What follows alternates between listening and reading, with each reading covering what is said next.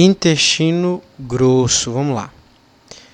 O intestino grosso, ele tem algumas características que são muito importantes para a gente.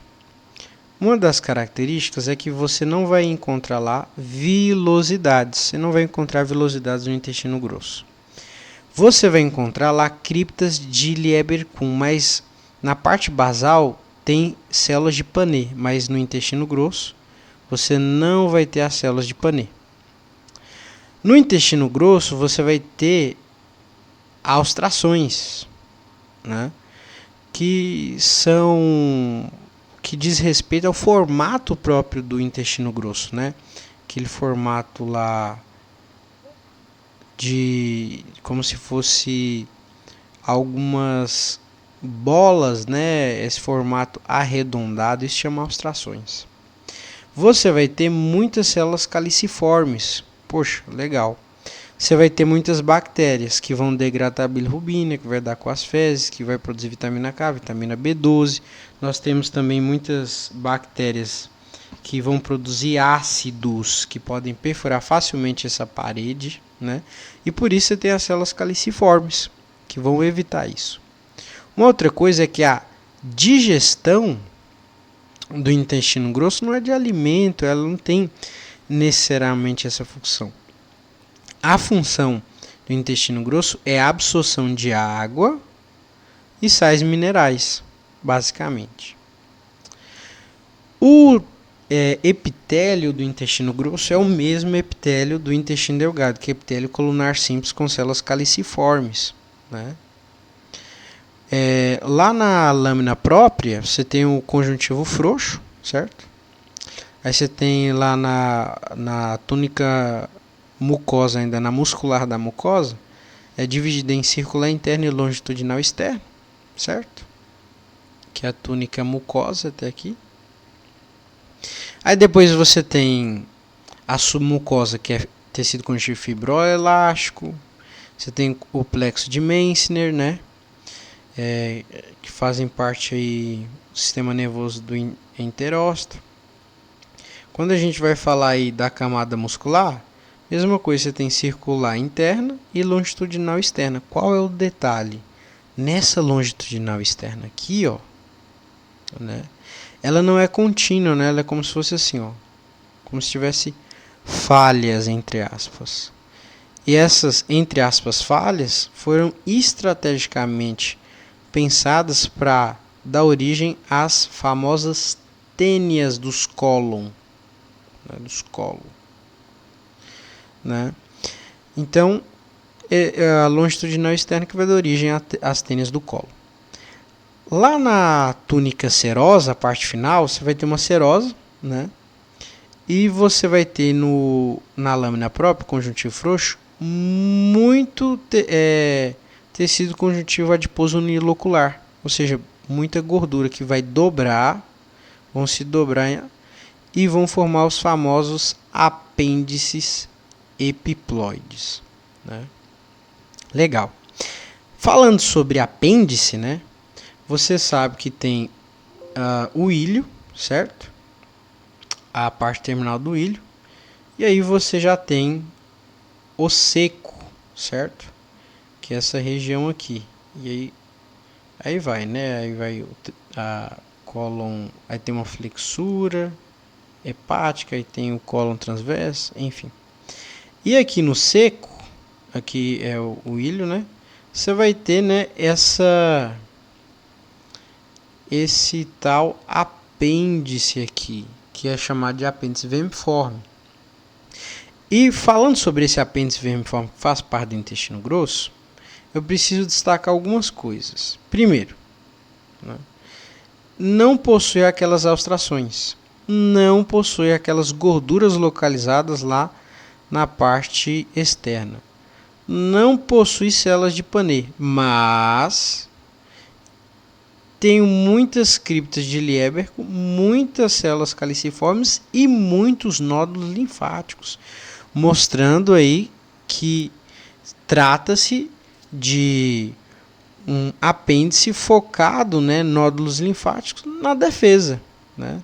Focados, olha um nódulo linfático aqui, ó. focados justamente em produzir células de defesa.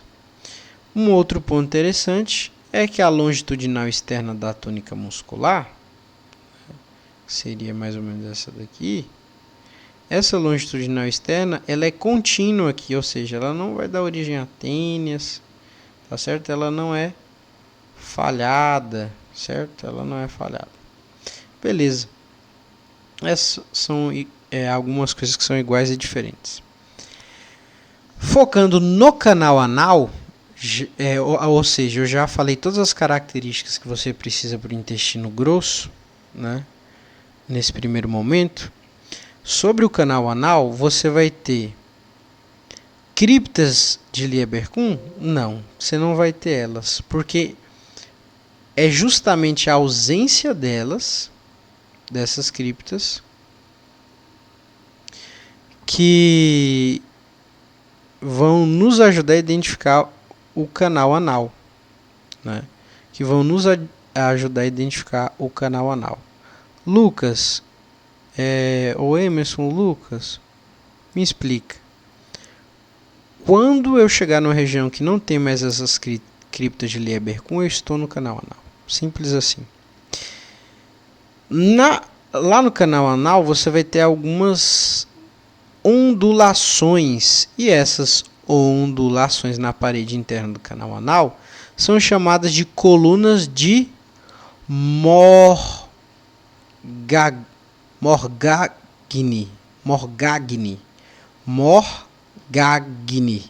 né?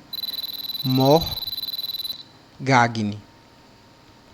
E essas colunas de Morgagni, né, sustenta aí as fezes, beleza? Tem a função de sustentar as fezes. Morgagni, voltando aqui, Morgagni, já falei, sustenta as fezes. Quando você pegar aquela imagem lá, embriológica, que você viu nos outros vídeos de histologia, seguindo o raciocínio do sistema digestório, você vai ver que tem a parte laranja, né, que está encontrando com a parte branca, que diz respeito aí à região do tal do proctodeu. E ali você tem de laranja o endoderma e você tem de branco o ectoderma. O endoderma e o ectoderma.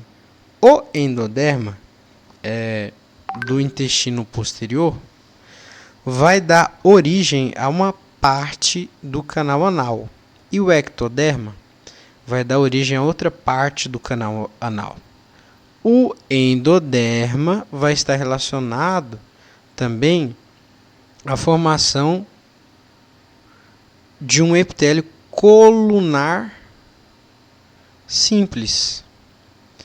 Enquanto que o ectoderma está associado a um epitélio pavimentoso, estratificado, queratinizado,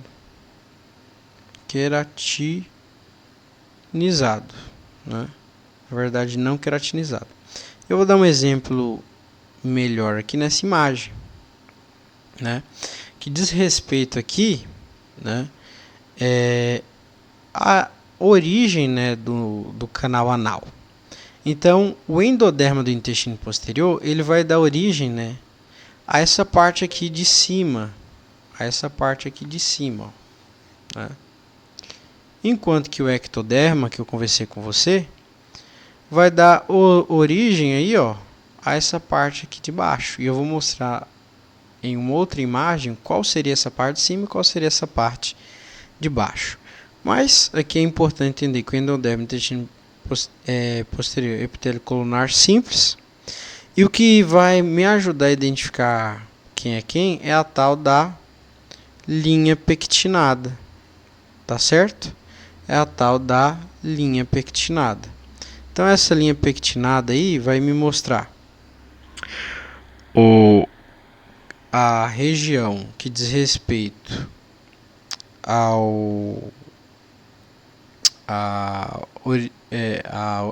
parte que tem o epitélio colunar simples, né? E se tiver em cima, e se tiver embaixo é epitélio pavimentoso estratificado não queratinizado. Agora, quando eu vou para essa região aqui do ânus, poxa, ânus lá é pele, né? Então é pavimentoso, estratificado, queratinizado. Toda a pele é assim. Olha essa imagem aqui para você entender melhor, para a gente já finalizar, né?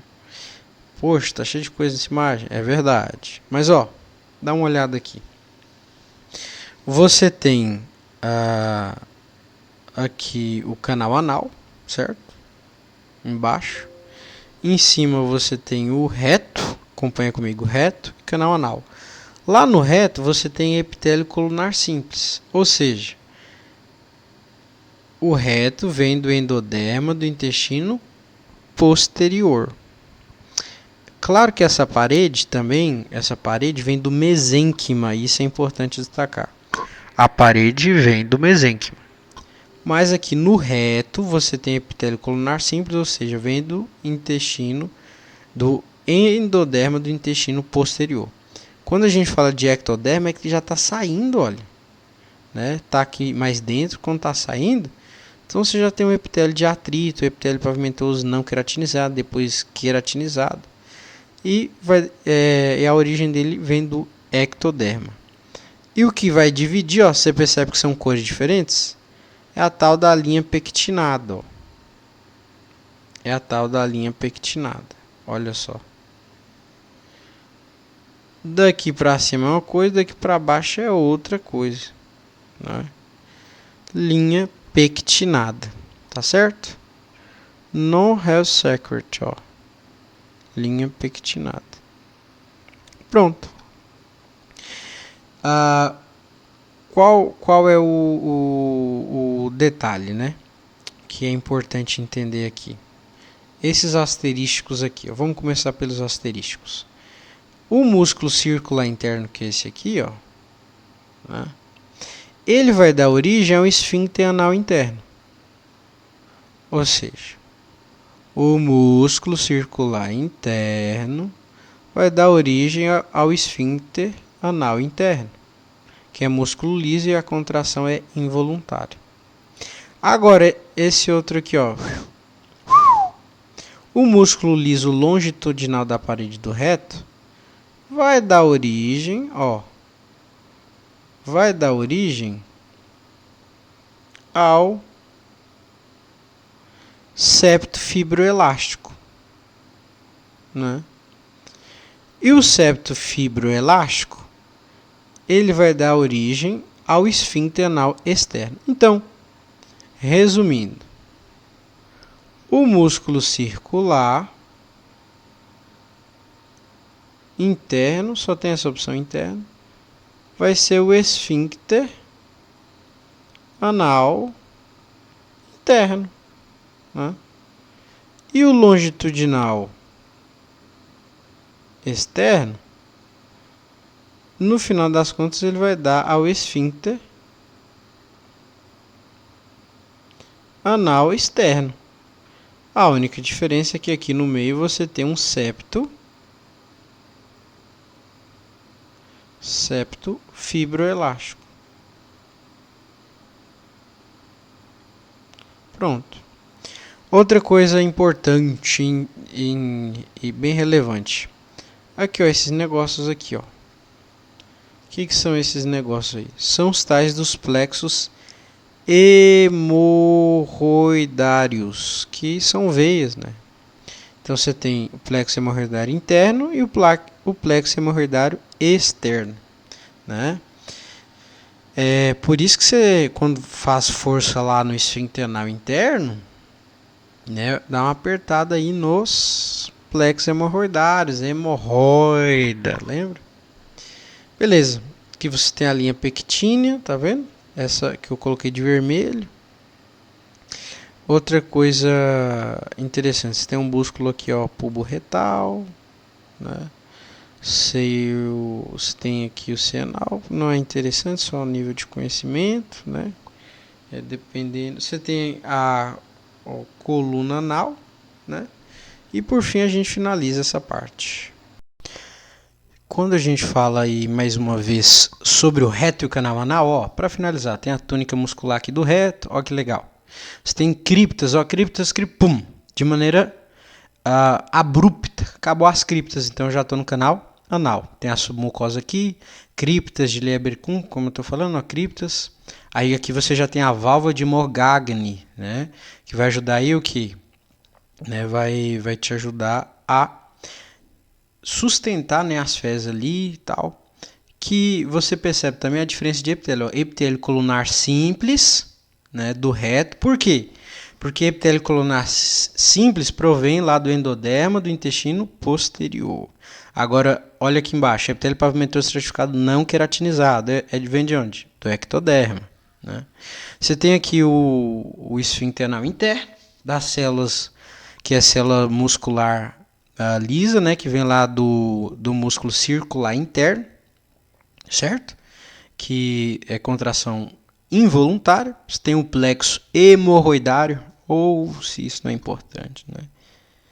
Você tem um esfíncter anal externo que vem lá do longitudinal, do músculo longitudinal externo e passa por um septo fibroelástico, né, e depois chega aqui. Só que tem células musculares estriadas, ou seja, esse aqui você controla, não é involuntário, é voluntário. E por fim, você tem o epitélio pavimentoso estratificado queratinizado, que já é a parte anal lá, né, a saída. E aí você tem até uns folículos pilosos lá. Beleza?